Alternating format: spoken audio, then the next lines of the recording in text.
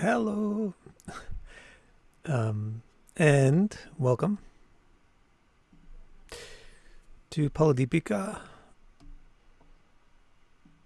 Chapter 9, all about the rising signs. So today we're going to do Scorpio, which is probably has the largest audience base for astrology content, because most Scorpio associated people have interest in intriguing things and mysterious things. But as we've been doing lately, before we jump into Scorpio, let's rewind and just get our context of what Phaladipika has said about the previous 7 signs. And I apologize for the allergy season, which makes it difficult to stop sniffling and scratching my face.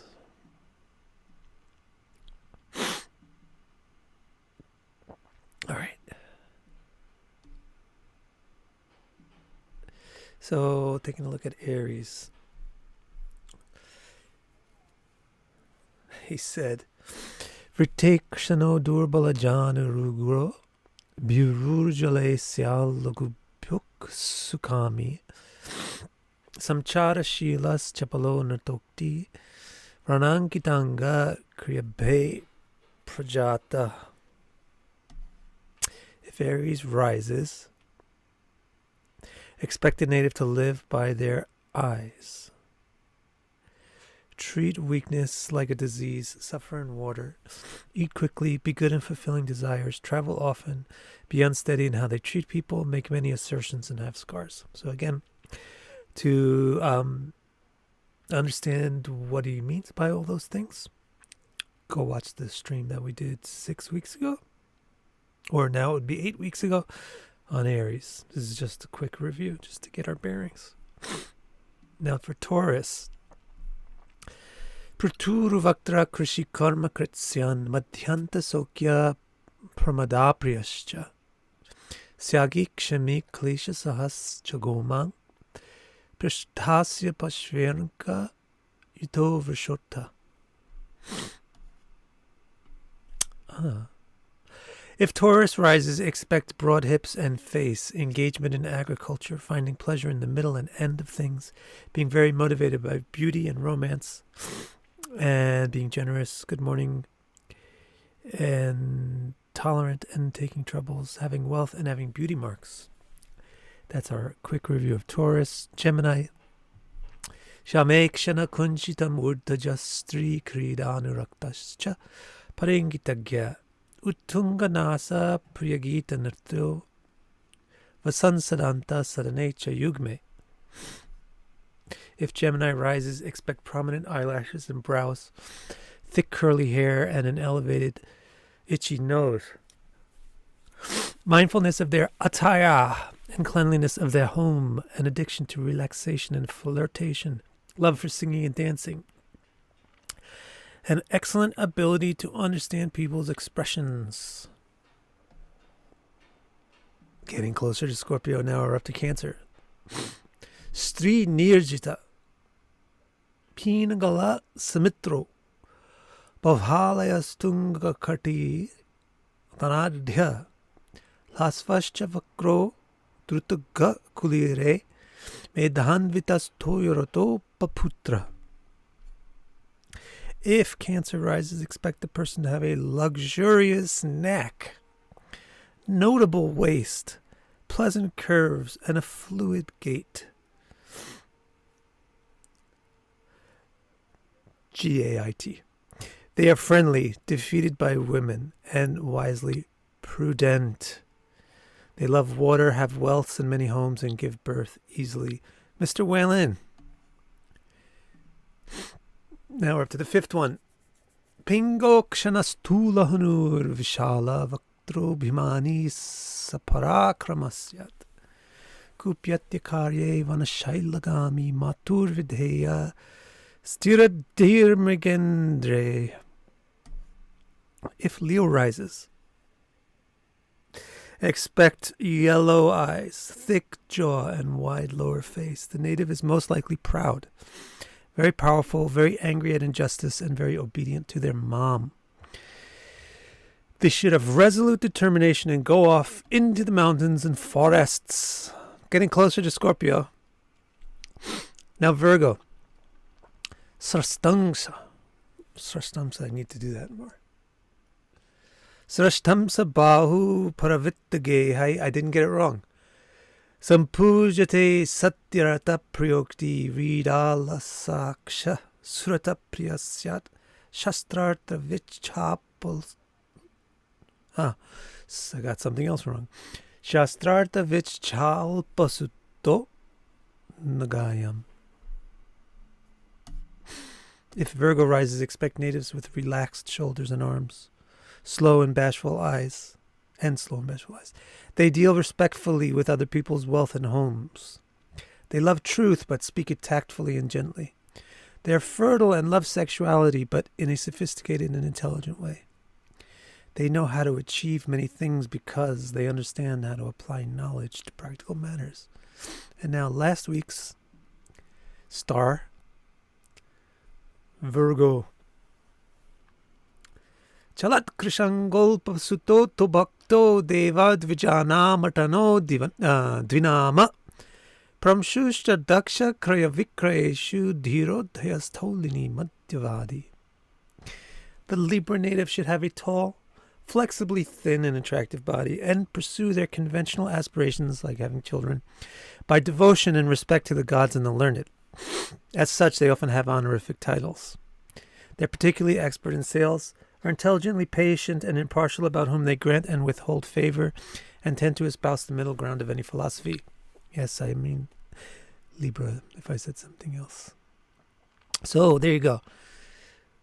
This is just a review, quick overview. Each one of these verses that we did for each one of these rising signs, we went into detail about these things week by week. So, to go back about Libra, you just go back 1 week in the recordings, which are available on the channel page. And I probably should have brought tissues. Well, and you're probably not allergic for some reason, are you? All right, now we go to the star of this week's show, which is Scorpio. Prepare thyself. Vritoru janda pritunetra vaksha rogi shishutve gurutata hina krura kriyo raja kula bimukya kite jarekhankita pani pada. Okay, let's just look at the words and try not to talk too much about what they actually mean. In terms of Scorpio, just get familiar with the words, and then we'll talk about what they mean in terms of Scorpio. So first thing he says, thank you, Bardo. You're welcome, Bardo. First of all, he, Mantreshwar, author of Phaladipika, says Vrita Uru Janda. Now, Janda, I actually am not learned enough to know exactly what the grammar is for this, but it's definitely the word for knees. Ja. With some kind of ending or something added onto it. And Uru is thighs. And Vrita. Vrita is a word that we should understand carefully. Actually, why is it Janda? Janda is joints. So it can mean the joints. The joints are strong. And you can understand that from a scorpion, actually. Look how... that's a... how do you do that? You bend your back backwards. So that it has very strong joints. That may be the implication rather than simply the knees. But the Uru is definitely important. Uru is hips, thighs area. Kind of also sort of means butt. Vrita. So Vrita means something which is developed. Something that is expanded and become developed. So it also means things that are round, because it means things that get full and full out. So in the context of a body part, like a thigh, it's pretty easy to understand. Vrita means big and strong, etc. Then he also says Pritu. Pritu Netra Vaksha. So you know the word Pritu because we covered the avatar of Vishnu named Pritu. Pritu means big, broad, like the earth. The earth is called Prithvi because it's horizontally spread. It's wide. So Pritu Netra. Netra is eyes. And Vaksha is this part. So we'll go into detail later. But just covering the words. Next word is Rogi. Almost always the word Rogi means sick. Roga is disease or illness. So Rogi means a person who's sick. And then Shishutve. This has an interesting implication to it. So Shishu, many people who have some cursory exposure, like more exposure than most people, but cursory from the point of view of others, to Vedic culture know the concept of Guru Shishya, teacher, student. So that's this word here, Shish. Shish means somebody that gets instructions, somebody that's learning. This is actually key. I didn't realize this until talking about this with you.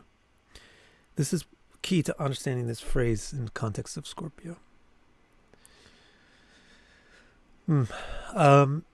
So it refers to students. Shishya refers to students. Shishu refers to a child. What both of them have in common is they're being guided. They're being raised. They're being taught how to live. So that's why they both have the same root word. Scorpio, he describes it as being ill in Shishu, being ill in childhood, or being ill when guided.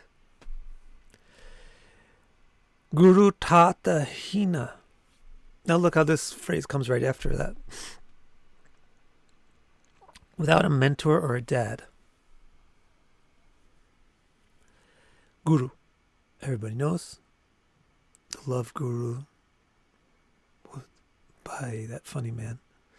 That movie, Guru is a popular word. Tata is a nice word. It means papa. So it's a way of addressing your father. It's not like Pitri, something formal. It's not like father. It's like dad. So this is also kind of important for understanding Scorpio, the nuance here of him saying Tata instead of Pitri or Pitu. So Guru Tata Hina. Hina means to not have something. So it implies having lost something.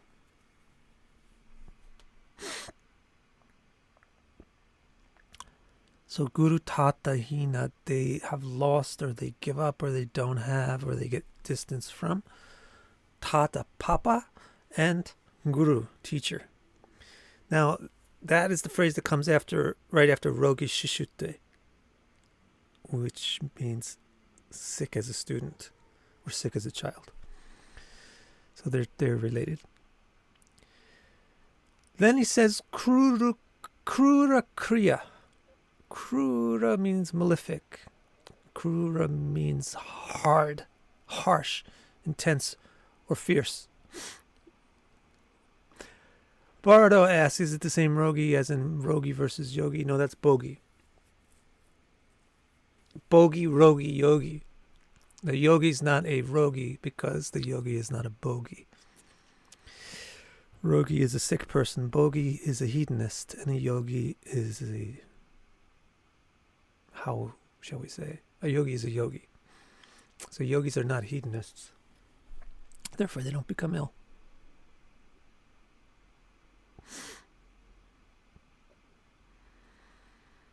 Yeah, I'm reading it. It's on the screen. All right, now, Krura Kriya. This is kind of understandable because, well, I'm not supposed to do this now. I'm supposed to just talk about the words, right? Right. So Krura. like Mars is a Krura, hint, hint. Mars is a Krura, Saturn is a Krura, Sun is a little bit Krura. Whereas Jupiter, Venus, Moon, maybe Mercury are Somya. Soft versus hard. Gentle versus strict. So this word Krura means something like hard, strict, intense, cruel. The English word cruel is a child of this word Krura. Krura Kriya, the deeds are Rajkula Abhimukhya. Now this is the phrase that comes right after Krura Kriya. So it's modifying or adding information to the previous concept as well. Raja, king. Almost everybody knows Raja means king. Rajakula means king's family. So it means royalty. King's family, royalty. So it means people who are entitled, people who are placed in positions of power, whether or not they earn them is a bit of a remote question. We're not really so sure. It's not so obvious whether or not they earned them. Abhimukhya means in the face. In your face. Abhimukh.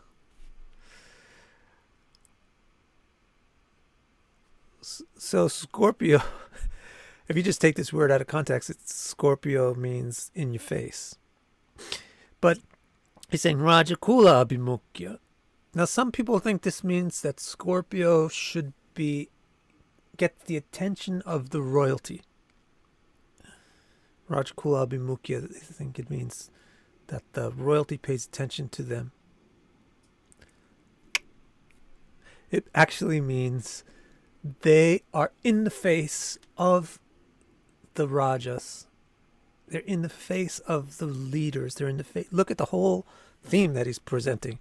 Rogi Shishu, Guru Tatihina, Rajakula Bhimukhya. Leader, leader, leader, leader. Don't like being a follower. Rogi Shishu. Don't like having a leader. Guru Tatahina. Rajakula Bhim. Don't like having a king. Don't like having a boss. And Krura Kriya, they are harsh towards the authorities. In your face, Bardo.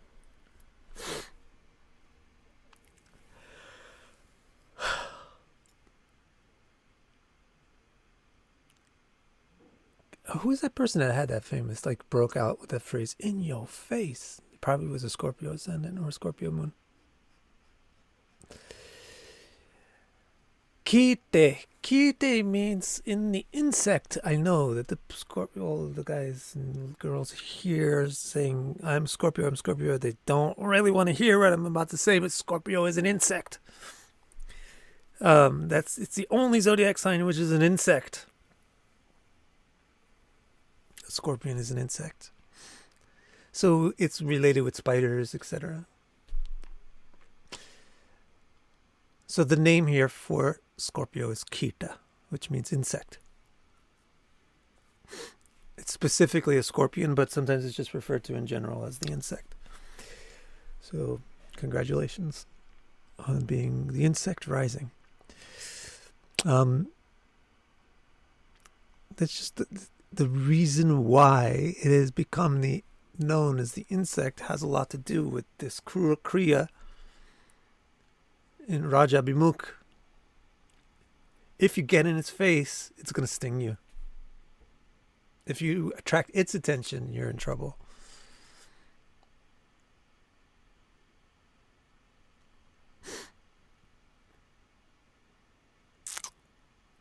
Then the next one, this next one is really weird, but let me just tell you the words right now. Abja Reka Ankita Panipada. So it basically means pani is feet, is hands, and pada is feet. Reka is a line, and ankit means to be marked.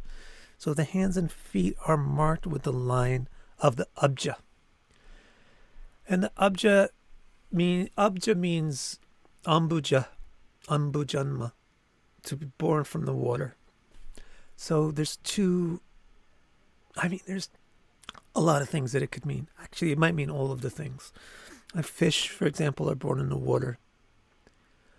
Conch shells are born from the water. Jewels are born from the water.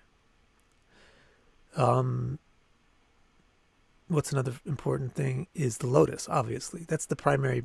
When people hear the word abja, they tend to think of lotus first.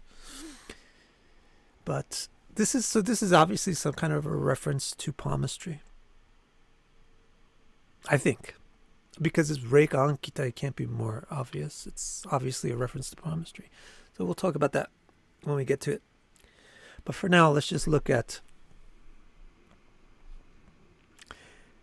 actually, that's a fun house, Eric, with full of Scorpio risings. I can relate. I'm not an insect rising. However, I think a party full of spiders might be kind of cool. So let's read the translation, and then we'll get into some details about what's going on with these phrases and these ideas. But already, at least the people who are, most of the people who have spoken up in the chat about Scorpio, they already kind of understand. The people who have first-hand experience of being a Scorpio. If Scorpio rises, expect roundness in the thighs, bigness in the eyes and chest, with lotus marks on their hands and feet. So I left out the part about joints, but you also remember that's in there. Probably means that the joints operate well. So it's kind of a flexibility thing. Good flexibility. That's the physical bit. Expect them to be without mentors or fathers and harsh in their attitude towards authority. Expect them to be ill in childhood. So that's just the simple literal English translation, but just like whether it's English or Sanskrit, you have to make sure that you know why the words are being said so that you really truly know what they mean and what they can imply.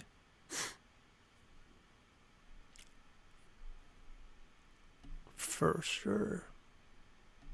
All right, so let's talk about the physical stuff. So here's the deal with Scorpio. As I say all the time, and I hope that all of you already can predict, even without looking at the text on the screen, what I'm going to say next. You want to always intelligize anything about a zodiac sign by reference to the ruler, element, and quadruplicity mode of that sign. Okay, everything about the sign should be explained by something obvious about those three things and how they combine.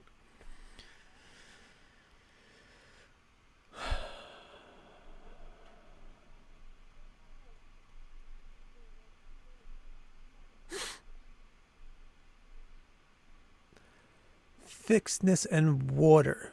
So Scorpio is Mars ruled, water element, and fixed mode, quadruplicity.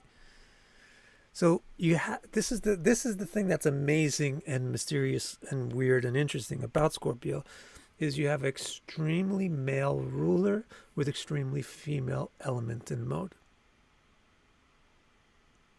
You have to ask Professor Sundaram to explain what Professor Sundaram said. I'm going to cover up you asking questions about things I don't say. All right. So this is the interesting thing about Scorpio. Hopefully you're paying any attention. Mars is extremely male. Water is extremely female. Here's a sign where you take this Mars and you give it water. Weird things happen. Interesting things. Unique things happen. So physically speaking, these traits about, let's talk about big thighs, for example. Or let's talk about the joints even. Let's talk about male, female physically. Basically, male can get more things done. Basically, men pick up things, carry things, move things, put them up, put them down, knock them down, build them up. They do things because men have 200% of the upper body strength. And women have 50% of the upper body strength. So if you put that in a female context, females have flexibility as one of their things. Because of the thinness of the muscle, and there's a thinness in the tendons as well, and they move more easily. So with Scorpio, you have joints that move a lot, very movable joints. The joints are the parts which are the flexible things. They have the male quality of being able to do a lot of work. With the thighs, the thighs is a feminine area. The hips are a feminine area. Females have bigger hips.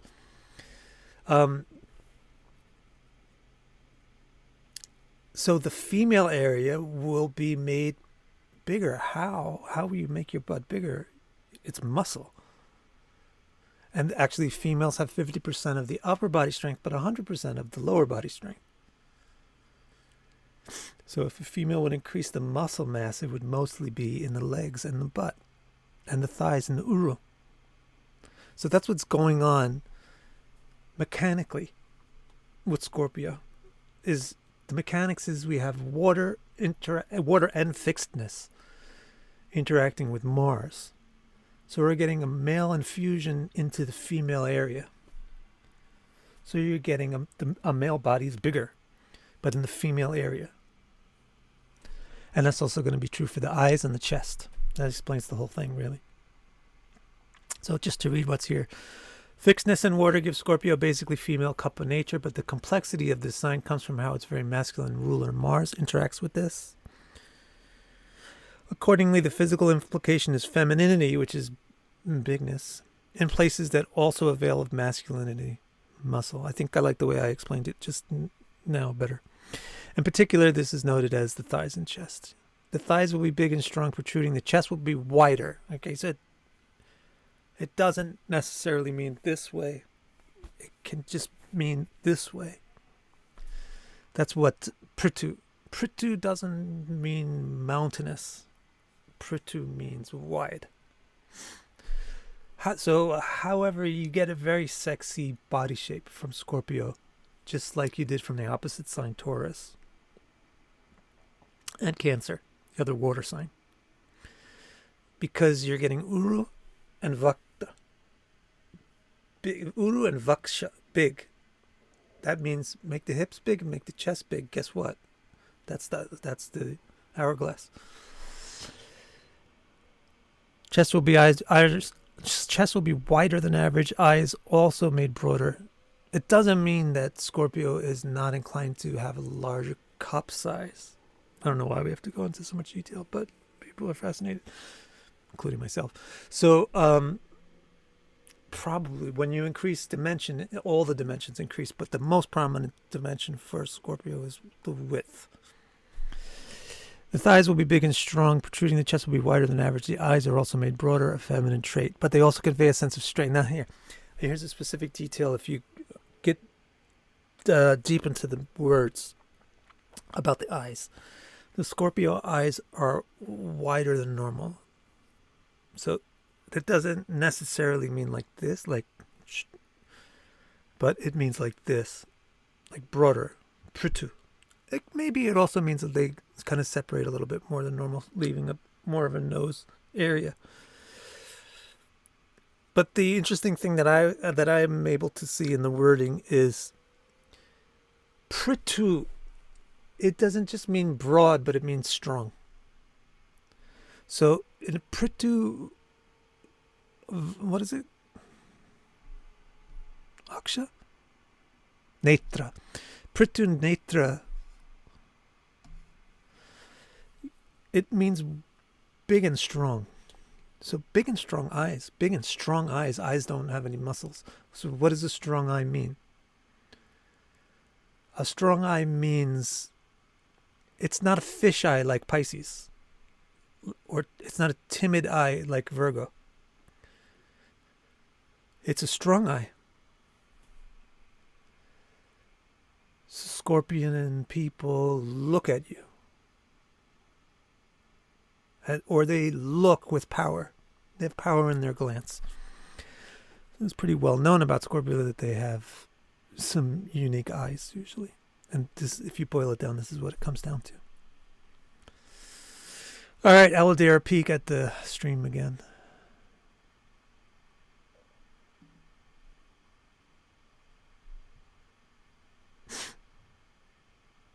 Yeah, I think that also Sadhvi actually.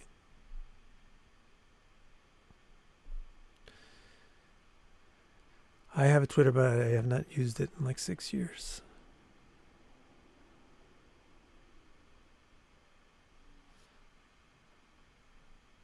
All right, let's go ahead then. Now we have to talk about the markings on the hands and feet, because that's also in the physical section, right? The marks on the hands and feet, Abjareka, could mean either lotus or conch. Or, as I mentioned before, there's other things like fish, jewel. Unless this refers to a line configuration I could not research, it is unlikely that this is a reference to the conventional lotus or conch mark of palmistry. So if you just do quick research like I've done, you find out that there are famous, in palmistry, there's famous things. I mean, you can easily look up and find lotus mark on my palm, conch mark on my palm. But they are very rare. And it's not even clear really. There's like 3 or 4 different opinions of what they are. The thing that you have to bear in mind is 1 out of 12 people is, statistically speaking, with a large enough sample, you'll find that 1 out of 12 people is a Scorpio. So just because there's only 12 options, it's just a simple thing. So it's not likely that this author means a very rare palmistry sign will appear on 1 out of 12 people. That wouldn't make sense. So there's another interpretation for lotus, the lotus mark in palmistry, which I stumbled on, which I think makes sense. So generally when people think of lotus mark in palmistry, they're looking for a kind of configuration of actual lines. So some of them think it's like, if you have a fan of lines around here, that's a lotus. Some think if this line acts as a stem for like a flower shape over here, that's a lotus. Some people say that if you have kind of like other situations where you have a line looking like a stem for a thing with any line, that's a lotus. But these are real. These occur in far less than 1 out of 12 people. But here's something that you could basically find in 1 out of 12 people. Besides lines in palmistry, the other thing which is important is the shape of the hand, and also not just the shape of the overall hand, but of certain sections. So the fingers here are associated to planets, like it's Mercury. I think it's Jupiter, Mercury, Jupiter, Saturn, Sun. Or this might be Jupiter, Mercury, Sun, Saturn, Jupiter. And then Venus, Moon, Mars. All right, so it's like that. So you look at the areas where the fingers connect to the hand, and then you could see how prominent the planet is in the person, and you could verify that astrologically. So what you do is you hold the hand like this, and then you look for the lumps, and you see where the lumps are. So to get a lotus position, you basically get a hand that has a deep well in the middle. It has a deep lake, because the pads for all the connections, all the planets are high. And this is a positive thing, although you don't really want Saturn mount to be that high. And you don't want Mars mount to be high. But you don't want them to be too low either. So it's a kind of a positive thing, but it's not ultra rare. It is something that you could find in 1 out of 12 people, probably. And then that would make... on the feet, you could find it also on the feet if you get the high arch with the padded heel and forefoot. So the padding happens from Kapha, and then the location of the hands and feet is Mars. So we can understand it that way.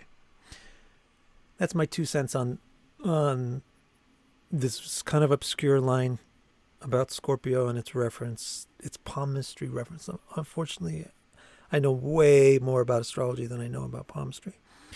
So I'm not really the ideal person to completely make sense out of this. But that's my best shot for now.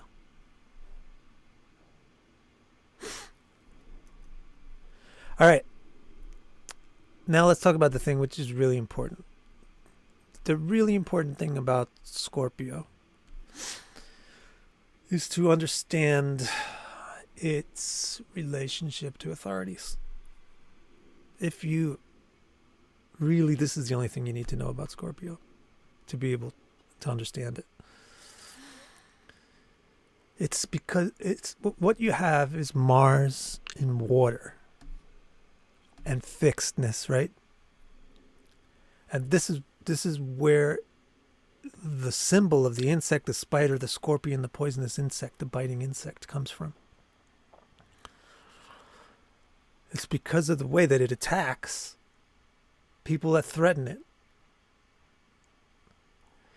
So what you're getting with Scorpio in the recipe is Mars. If you only know one thing about Mars, just remember that it's male. It's pretty easy because it's the sign on the door for the male's bathroom. Mars. Circle with the arrow. So Mars is male. Male is not teamy. Male is not partnery. Male is not groupy. Male is independent, individual. So you're taking this sense of independence, freedom loving. Males suffocate with lack of freedom. They suffocate, with too much people around them. Constantly no space. So now put that in water element with fixed, and what you do, water is emotions, feelings, feminine things. So what you're doing is you're getting a very passionate, emotional sense of desire for freedom and independence. So the real essence of Scorpio, to understand Scorpio, is it is passionate about its individuality. It's passionate about being unique. It's passionate about, being unique. So it does not want to be governed and told what to do. This explains everything about Scorpio almost, besides the physical traits. Just the basis for everything about Scorpio is this basic psychology of, why are you trying to be my boss? Why are you trying to tell me what to do? It's my life. Get off my case. Get out of my face. So it's got this, and then you take fixedness and you add that into picture too, and it gives Scorpio something similar to what Taurus has, which is this like stubbornness. So it's also unrelenting. Like once you irritate a scorpion, I don't think it's going to be easy to unirritate that person. So Scorpio does not conform. Do not expect a Scorpion to be a conformist. It's going to defy and challenge. It does not acquiesce. And so it especially doesn't like the person who is setting the rules. This affects its relationship to government, law, employer, coach, teacher, and father. It tries to make progress. Scorpio wants whatever it may want, but it wants to get it on its own. It wants to, like, the Scorpio person is not the kind of person who immediately goes out and buys a guide to how to complete this game. The Scorpio person wants the pride of having figured out how to complete the game. What's the point of playing the game? The Scorpio person is very, very antithetical to religious dogma. It really bothers the Scorpio person. The priests spouting all the dogma that they don't even understand, but they just use to control people and fear people into submission. Everybody else, the media doing the same thing, the commercials doing the same thing to us, politicians doing the same thing to us, your mom, your dad doing the same thing, dad especially. Because the dad is more of the classical rule establisher. That's why he doesn't say matahina, he says tatahina. And it's not lack of a biological father. Tata is papa. It's lack of an affectionate father. So Scorpio, the Scorpion person achieves their success without reliance on these things. So I say, anyone who wants to give advice to a Scorpio, it's not easy to advise a Scorpio person. How, of course, if the Scorpio person discovers you, then they'll accept your advice because they have the pride that they discovered you and they decided that you were worthy of giving them advice. But if somebody else tells the Scorpio person, this person is your boss, this person is your teacher, then the Scorpion will sting and resist. So if you need to deal with a Scorpion, you should wait and you should avoid putting yourself in any position which feels like you're an authority. Wait and see if they ever ask you to go into that position, then they feel like they're in control because they're asking you into that position. And then it works. So that's a very important note about how to deal with the Scorpion. If you are a Scorpion, I think there's nothing you can really do about this. And it's not like it's invalid. It's not like it's a negative trait.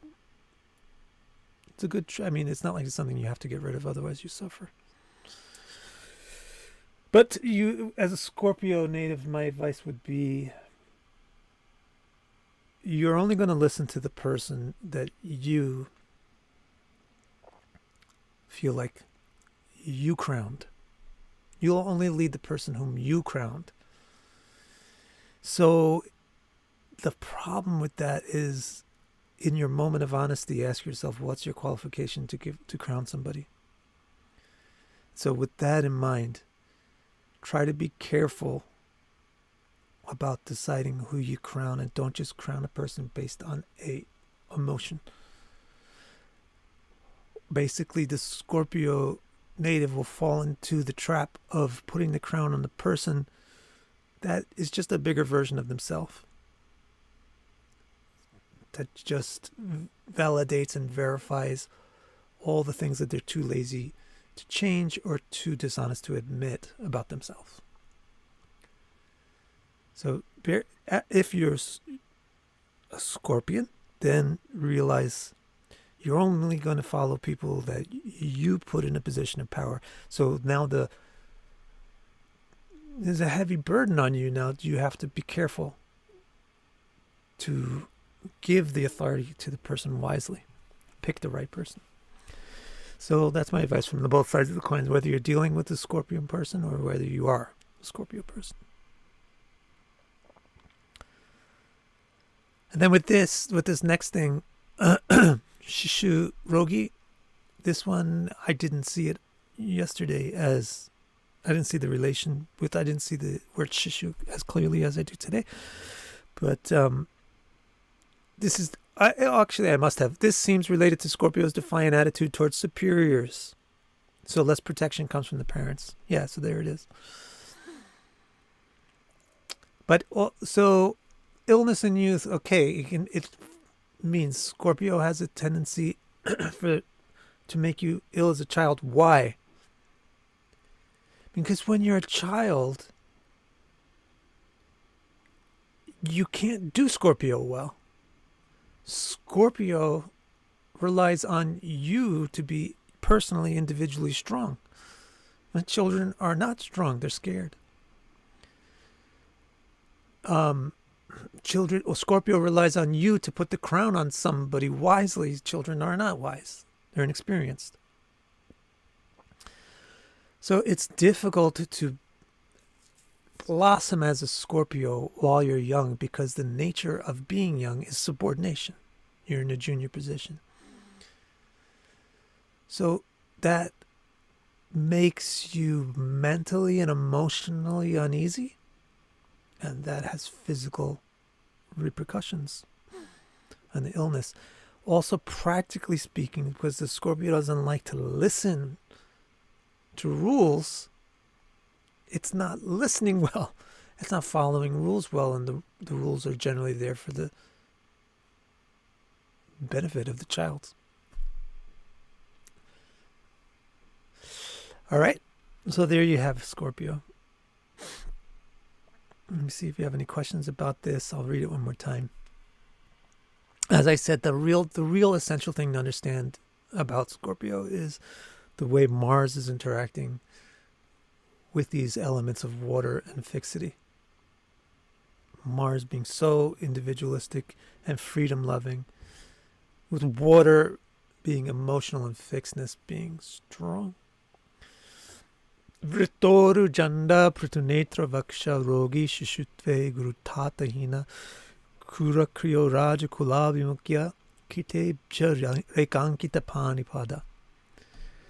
If Scorpio rises, expect roundness in the thighs, bigness in the eyes and chest, with lotus marks on their hands and feet. Expect them to be without mentors or fathers, and harsh in their attitude towards authorities. Expect them to be ill in childhood. Kitna prashna.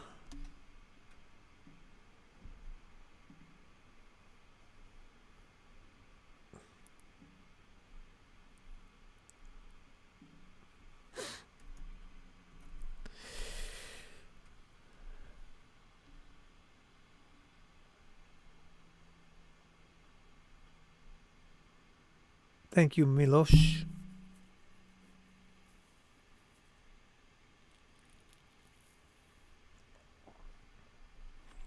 People are talking about a turtle.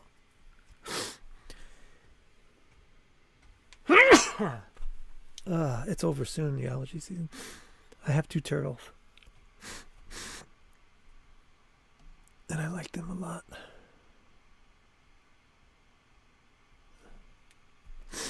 Very interesting what Zena wrote. They'll struggle in school until college.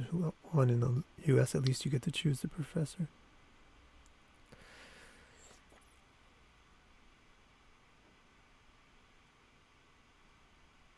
All right, so I think we have no particular questions.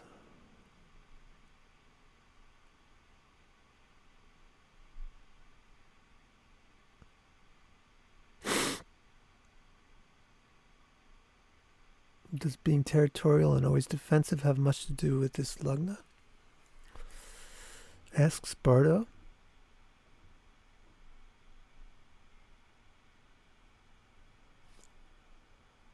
Yeah, you'll try to keep your own individual stuff.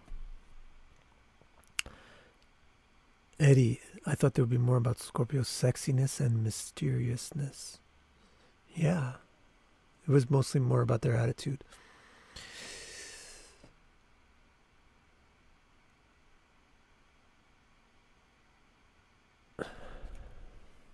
Yeah, right? Interesting, right? He's like Virgo, they like sex. Scorpio, they're defiant. That's not so stereotypical.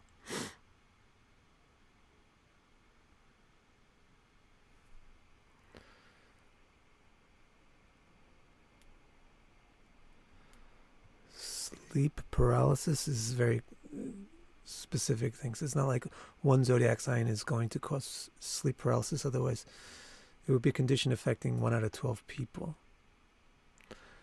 Or affecting you 1 out of 12 nights. Or something like that. So it has to be something more obscure. Like combinations of things.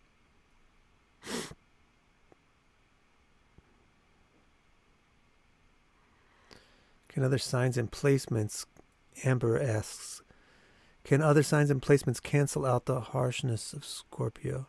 Sure, of course. You're going to have to see where's Mars. If Scorpio is rising, your first question about how to modify the basic nature of Scorpio is where's Mars? If Libra is rising, your first question is where's Venus? If Virgo is rising, your first question is where's Mercury? Where are they means what house, what sign, under what aspects and conjunctions.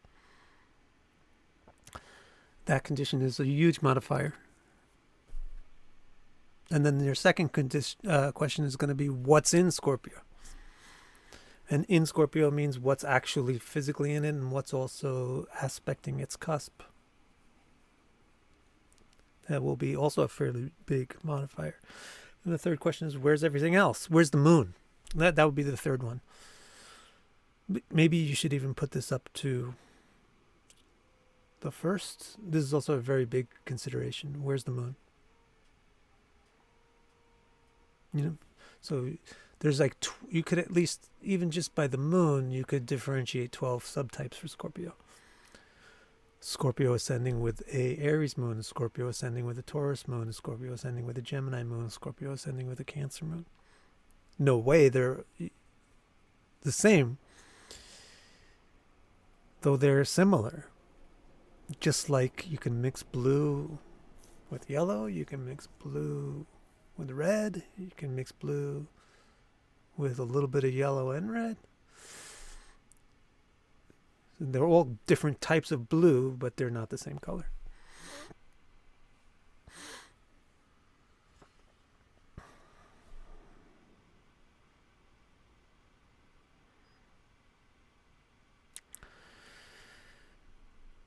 Ronaldo asked for books on Vedic palmistry. I don't know much about Vedic palmistry. I don't know.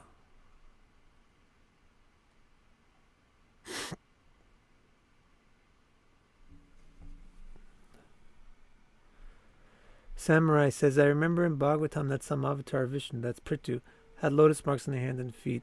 Krishna also. They all do, and that is how Brahma confirmed that Prithu was Vishnu. The way that Brahma confirmed that Prithu is a Vishnu avatar is that he sees the Padma, he sees the conch, lotus, discus, and club on each one of the hands and feet.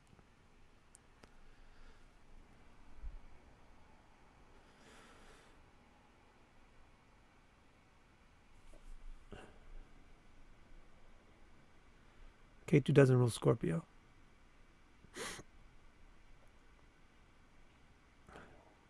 Is it true that Scorpio and Aquarius are the most karmic heavy signs? No.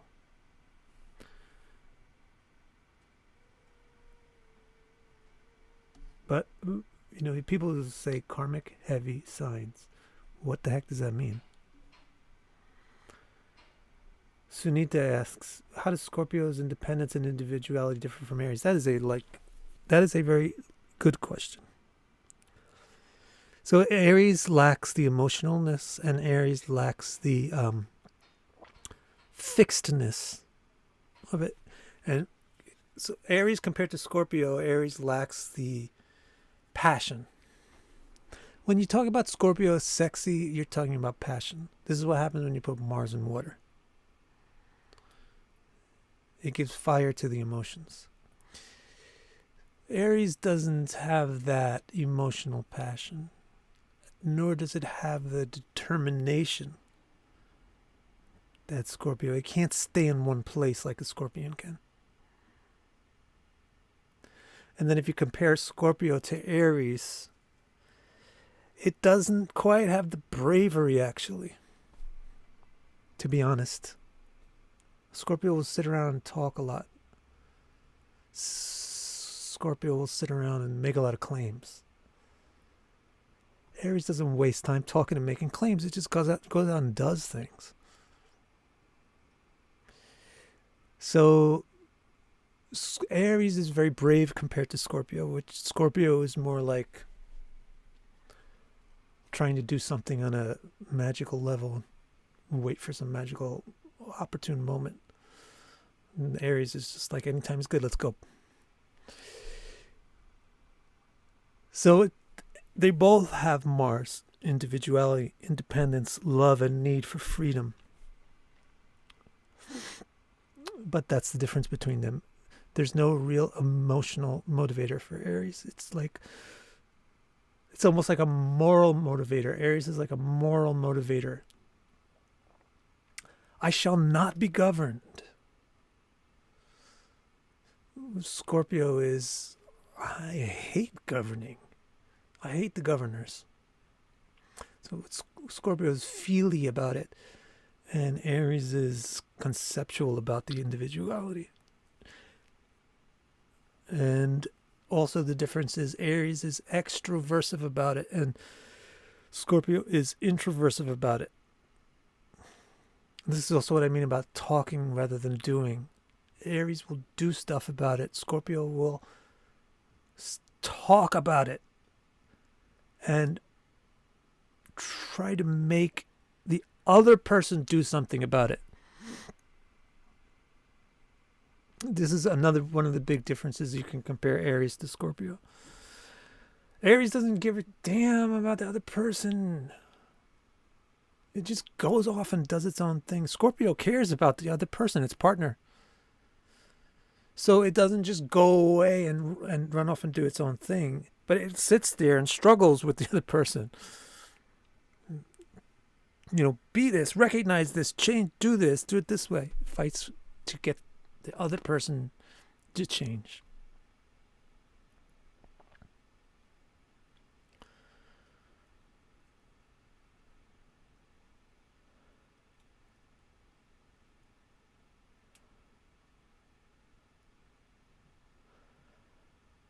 Okay?